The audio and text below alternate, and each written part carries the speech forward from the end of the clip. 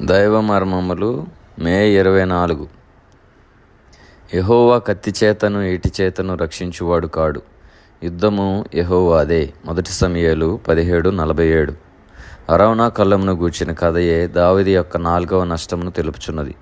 దేవుడు దావీదును ఒక కళ్ళము దగ్గరికి తెచ్చుట 2 మార్లు తటస్థించెను.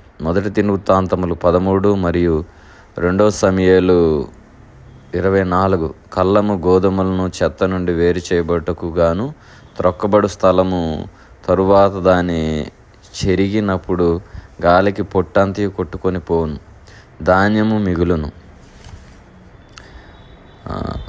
2 సమూయేలు 24లో దావీదు తన సేనాధిపతియగు యోవాబుతో, నీవు పోయి ఇశ్రాయేలు వారిని యూదా వారిని లెక్కించుము అని అనెను. అనగా వారిలో యుద్ధవీరులను లెక్కించుమని అర్థము. తన బాహుబలముతో గాని తన సైన్య బలముతో గాని ఒక యుద్ధమైనను గెలిచి ఉండలేదని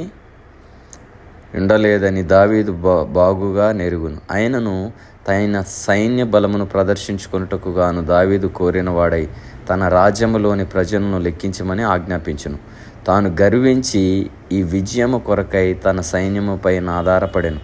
అయితే యోవాబు దావీదుతో, నా ఏలినవాడా, యొక్క యుద్ధమైనను నీ అంతట నీవు గెలిచి ఉండలేదు, నీ పక్షముగా పోరాడినది దేవుడే. ఈ మనుషులను లెక్కింపవలనని నీవెందుకు కోరుచున్నావు?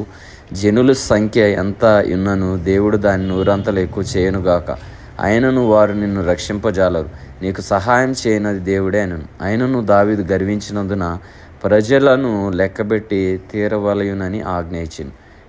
అట్లు దావీదు మాట నెగ్గిను. దావీదు తరువాత పశ్చాత్తాపపడి ప్రభువుతో ఇట్లనెను, నేను చేసిన పని వలన గొప్ప నష్టమును తెచ్చుకొని ఉన్నాను, గొప్ప పాపమును కట్టుకొంటిని. నేను ఎంతో అవివేకినై దాన్ని చేసి తిని. యెహోవా కరుణించి నీ దాసుడనైన నా దోషమును పరిహరింపుము. నిస్సందేహముగా దావీదు పశ్చాత్తాపపడి ఈ విధముగా మొరపెట్టినప్పటికీ తన పాప ఫలితముగా దేవుడు 3 రోజుల పాటు తెగులును పంపినందున 70,000 మంది ఇశ్రాయేలీయులు మరణించిరి.